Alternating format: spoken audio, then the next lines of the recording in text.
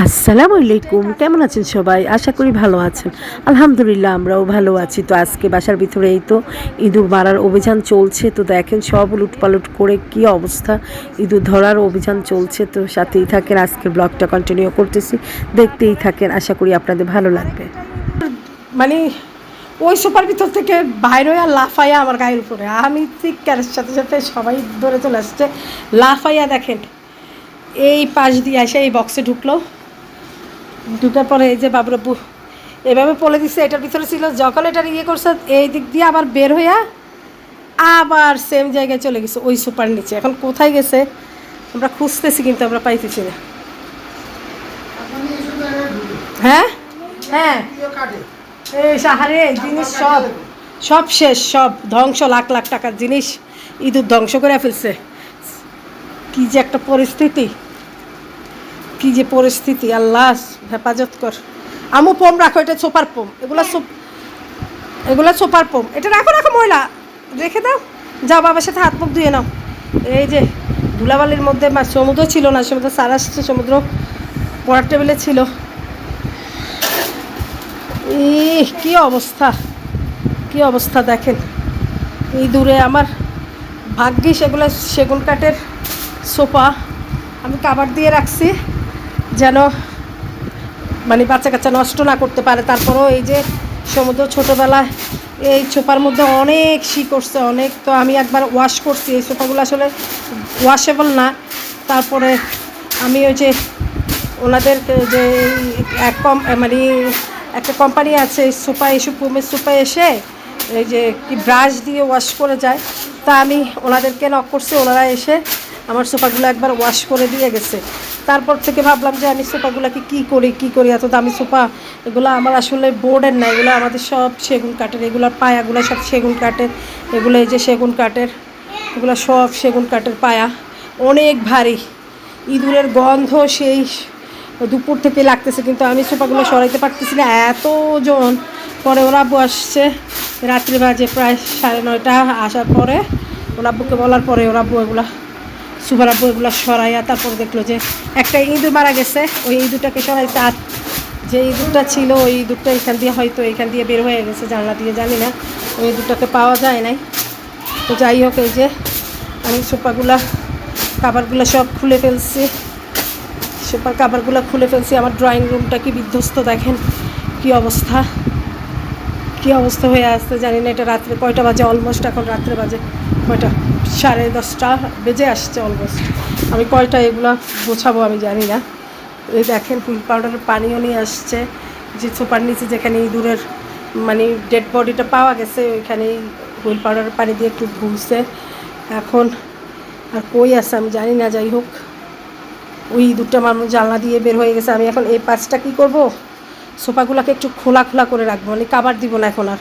আমার বাচ্চাগুলো যাই হোক ময়লা যদি একটু কম করে আর কি, কারণ এই সোফাগুলো ওয়াশেবল না, এই জন্যই আমি ঘুরে রাখছি। আমার এত সুন্দর সোফা, শখের সোফাগুলো, এত শখের সোফা যদি নষ্ট করে ফেলে।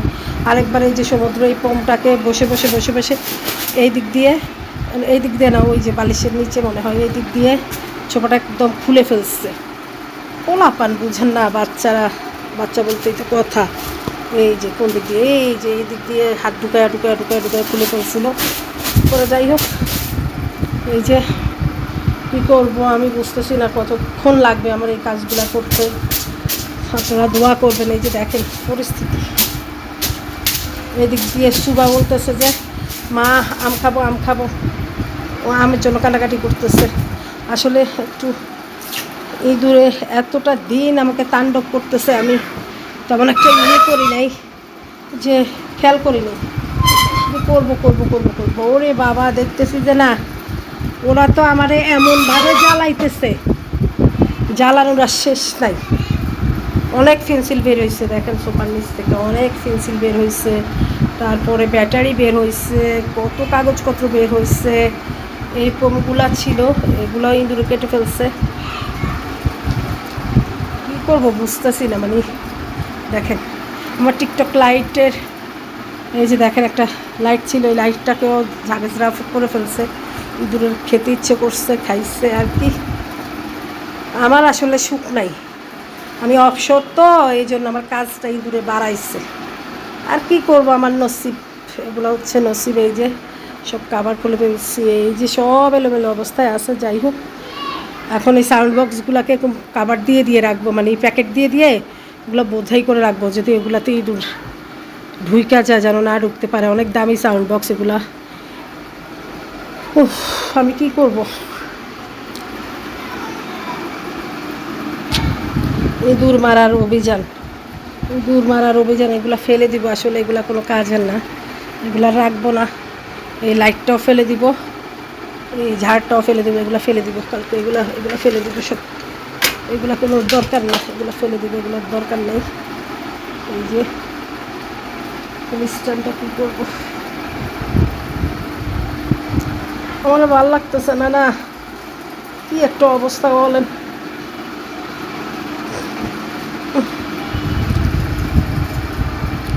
ওইটার ভিতরে আমি সব পলি করে রাখি, শপিং ব্যাগ, পলি।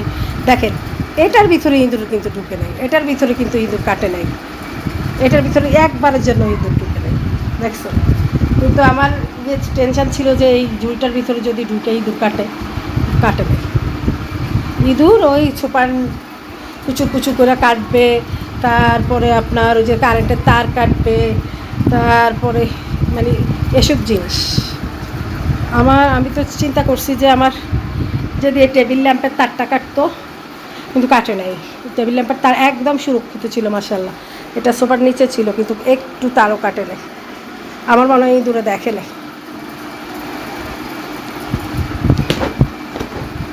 এই আর কি, এই তো গুছায় গাছায় ড্রয়িং রুম থেকে বের হব। ভালো লাগতেছে না, এত কাজ, মানে রাত্রে এই কাজটাই আমার। বাচ্চা আসলে সুবার খেলনা দিয়ে অনেক ভরা। আসলে আমরা তো ভাড়া বাসায় থাকি, যদি নিজস্ব ফ্ল্যাট হতো না, তাহলে আমি সুবার জন্য একটা নিজের মানে খেলনার একটা রুম করে ফেলতাম। আমার মেয়ে ওই রুমে খেলতো, স্টাডি করতো, সব ওই রুমেই থাকতো। তো এখন আমরা যারা ভাড়া বাসায় আছি, তারা আসলে মানে এরকম ভাবাটাও আসলে দুষ্কর। তারপরে সুবহান আল্লাহ তাআলা যেভাবেই রাখছে, ভালো রাখছে। সুবহান আল্লাহ তাআলা যে অবস্থানেই রাখছে, দেখেন ফোনগুলো কেটে কী করছে। আর সব পেন্সিল পাওয়া গেছে ছোপার নিচে, সব পেন্সিল। সুবহান আল্লাহ তাআলা যে অবস্থানেই রাখছে, ভালো রাখছে, যেভাবেই রাখছে ভালো রাখছে। ভালোবাসা হলেও আলহামদুলিল্লাহ, আল্লাহ যেন মনের আশা পূরণ করে। যদি কখনো নিজের একটা ফ্ল্যাট হয় ঢাকাতে, নিজের একটা ফ্ল্যাটের মালিক হতে পারি আপনাদের দোয়ায়। সুবহান আল্লাহ তাআলা যদি একটা ফ্ল্যাটের মালিক করে ফেলে, তখন ইনশাল্লাহ তখন হয়তো মেয়ে বড় হয়ে যাবে, তাই না। মেয়ের জন্য এক্সট্রা একটা রুম তৈরি করে রাখবো ভাবছিলাম। তখন তো আলহামদুলিল্লাহ আপনাদের দোয়ায় মেয়ে অনেক বড় হয়ে যাবে।